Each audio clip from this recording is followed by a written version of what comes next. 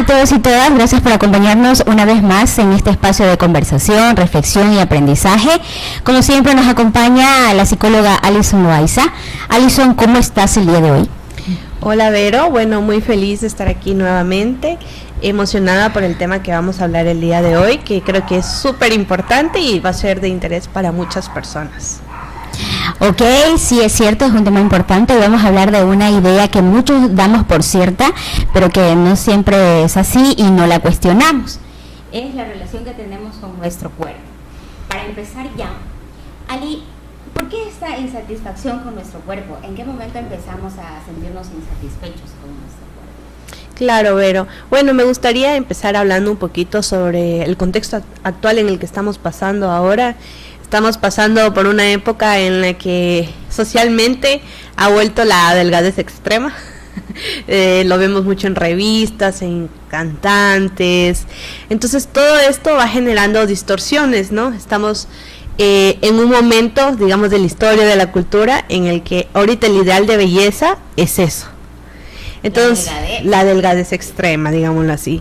Entonces, esta insatisfacción que tú dices justo empieza por la cultura del medio en el que estamos, no es como que aparece de manera espontánea. Entonces, actualmente, si este es el modo cultural de cómo se está viendo la estética del cuerpo, los niños de esta generación van a ir absorbiendo estas ideas y de cómo se debe ver un cuerpo, y entonces eso nos llega a reflexionar también con qué ideas crecimos nosotros, ¿no? Entonces pudiéramos decir que esta idea de insatisfacción viene por el medio en el que estamos, en el momento en el que estamos, dependiendo también de la moda que se usa.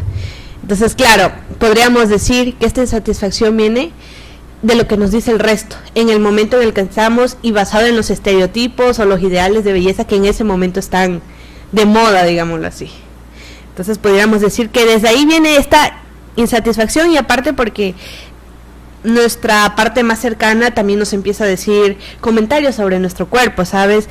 Y no solo la familia, sino también en la escuela podemos recibir comentarios, la publicidad, las redes sociales y la cultura en sí de cómo deberíamos vernos, y esto lleva a que poco a poco dejemos como que de experimentar, digámoslo así, con nuestro cuerpo y comenzamos solo a evaluarlo, a verlo como, casi como objetivizar nuestro cuerpo, ¿no? Debería verse de tal manera.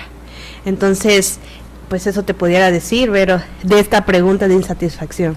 Ok, y ¿nacemos odiando nuestro cuerpo o lo aprendemos en el camino, justamente por lo que nos acabas de decir? Pero se podría decir que las redes sociales, todo el contexto es lo que nos hace sentirnos así. Sí, pudiéramos decir eso, porque en sí nadie nace odiando un cuerpo, nadie nace odiando su cuerpo y mirándoselo con rechazo.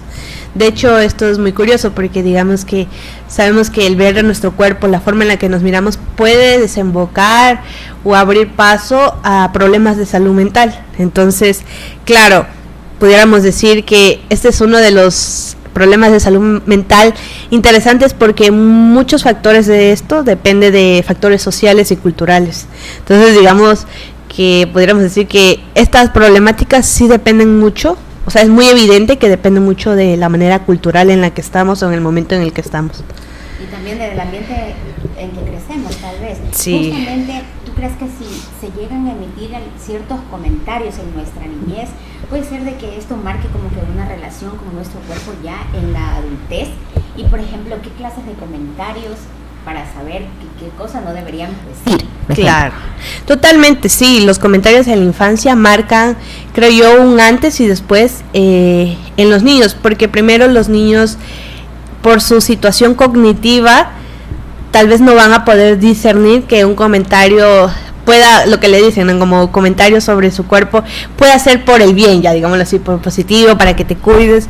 Los niños, por la manera o el crecimiento cognitivo que están teniendo, solo van a tomar esto malo y lo van a reducir a eso, como que aún no tienen esta capacidad cognitiva para tal vez, no debería importarme tanto esto, sino más bien es como, vamos a hacer una crítica por más pequeña o que pueda parecer positiva, va a generar un impacto muy grande en cómo nos relacionamos. Y el problema es que no solo es la relación con el cuerpo, sino que es nuestra identidad, porque eso tiene un efecto en cómo nos vamos autoviendo, o sea, cómo me voy autovalorando en mi autoestima, en mi autoconcepto.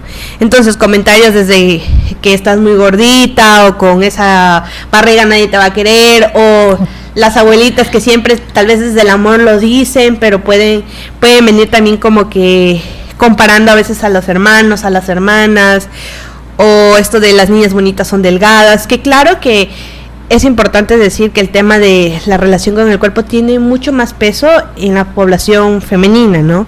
Que no significa que no haya una situación hacia los hombres, porque también se les exige mucho sobre cómo los cuerpos masculinos deberían verse, grandes, fuertes, y en las mujeres también lo que promovemos es como delgadez, sí, pero que también tenga una figura curvilínea, ¿no? Es como que no puede ser como que ni muy delgada ni tampoco tan hacia el otro lado como de mujeres gordas, ¿no me entiendes? Es como muy complejo. Entonces sí, en las ambas poblaciones hay mucha presión, pero obviamente, como siempre aquí decimos con la perspectiva de género, las mujeres llevamos esto como con mucha más carga, y aparte que la relación con el cuerpo no es solo el cómo nos vemos, sino aquí también interviene a veces el embarazo, el cómo gestar. Entonces vemos que la relación en el cuerpo, o sea, en las mujeres, es mucho más complejo de solo el cómo debería verse, sino también cómo pasan estos procesos de la vida en las mujeres y que afectan en nuestro cuerpo, ¿no? Porque las mujeres no solo nos fijamos en cómo deberíamos vernos, sino también en cómo cambia a través de procesos biológicos, como la menstruación, un embarazo, también la menopausia, que cambia partes de nuestro cuerpo. Entonces sí hay una carga mucho más grande hacia el tema de la relación de las mujeres con su cuerpo. Porque nos pone más presión social. Sí, totalmente. Es como muy exigido. Uh-huh. Es como que todo sin despeinarte.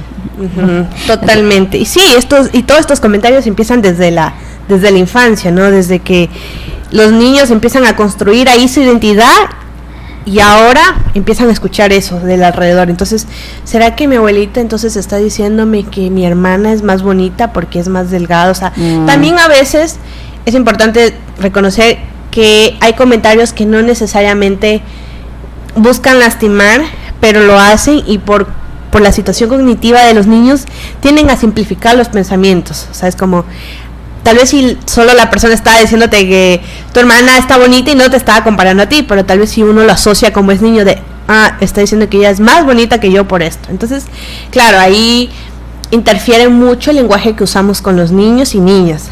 Entonces hay que tener cuidado con el lenguaje que se usa. Sí. ¿Tú crees que nuestros padres o cuidadores influyen en nuestra autoimagen? Totalmente, son, digamos que, nuestras primeras figuras de cariño, de amor. Bueno, en sí, los cuidadores, me gusta decir cuidadores porque sabemos que no todos los niños viven con sus dos papás, entonces las figuras de cuidado sí siento que son la primera base en los niños sobre cómo van a construir su identidad y cómo van también a, ¿cómo se diría?, a apreciar lo que son, su autoestima, ¿no? Toda esta situación también que... Su autoimagen y sobre todo el autoestima. Uh-huh. Creo que es como la base para construir su autoestima. Entonces hay que ser como que bastante delicados con el lenguaje que se maneje con los niños, porque como ya lo dice Ali, los cuidadores o las personas que cuidan, que no siempre son los padres, pero bueno, las personas que cuidan sí deben como que manejar un lenguaje de cuidado, sobre todo porque siempre es como la base para que los niños generen o creen su autoimagen y su autoestima. Ahora, Ali, ¿por qué nosotros los seres humanos siempre estamos recordando más las críticas que los elogios? En este caso, sobre nuestro cuerpo. Sabes que igual nuestro cerebro, creo que esto vino hasta una parte un poco biológica, ¿no? Nuestro cuerpo, digamos que nuestros antepasados siempre estuvieron más viendo el tema de la amenaza, ¿no? Siempre estamos como preparados para el tema de la adrenalina, para huir. Entonces, diría yo que por una parte biológica, normalmente vamos a prestar mucha más atención a aquello que se percibe como amenaza. Entonces, las críticas suelen tocar justamente estos aspectos como sensibles de nuestra identidad y que podemos llegar a percibirlo como una amenaza. Entonces, una crítica puede como chocar con tal vez un miedo que ya teníamos en nosotros mismos. Entonces, claro, tocaste un miedo que tal vez sí no estaba tan segura, pero tocaste ahí eso, que lo voy a percibir como una amenaza. Entonces es más fácil que permanezca en la memoria. Y además, que hay estudios que demuestran que las memorias que más solemos recordar son las que están como que alienadas o acercadas a momentos de mucha situación emocional.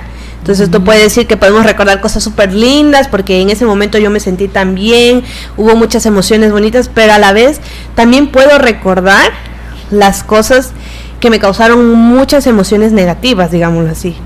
Y además con este instinto de supervivencia que tenemos de percibir la amenaza, entonces es mucho más probable que también eso lo vayamos a poner más atención, como que recordar más las críticas y claro, esto pasa mucho cuando nos preguntan ¿y qué hay de bueno en ti? Como que a veces en los trabajitos de la escuela te dicen, entonces es más fácil identificar las cosas malas de uno que identificar las cosas buenas que uno tiene. Entonces es justamente por esta situación, igual incluido que de por medio hay muchos sesgos, diría yo, sobre cómo debería verse la imagen o estas distorsiones cognitivas que podemos llamarlo de o es blanco o es negro, no puede ser un punto medio. Entonces ahí también pueden influir muchas de estas cosas. Y algo aquí que me olvidé de añadir de la anterior pregunta un poquito a los papás, que ahorita me acordé, es que también es como súper importante que los papás o cuidadores también entiendan que el tema de cómo hablamos a nuestros hijos es importante, pero también el cómo se hablan ellos a sí mismos. Es súper importante eso. Creo que sí lo he mencionado aquí, pero los seres humanos también aprendemos observando. Entonces, claro, si constantemente vemos en casa que nuestra mamá o nuestra figura de cuidado femenina es quien constantemente está hablando de su cuerpo como una manera autodestructiva, tal vez, y aunque ella se esté atacando, yo puedo percibir como niña o como adolescente también que entonces mi mamá piensa eso de las personas, no sé, que son gordas. Entonces significa que si yo estoy así, ella va a pensar eso de mí.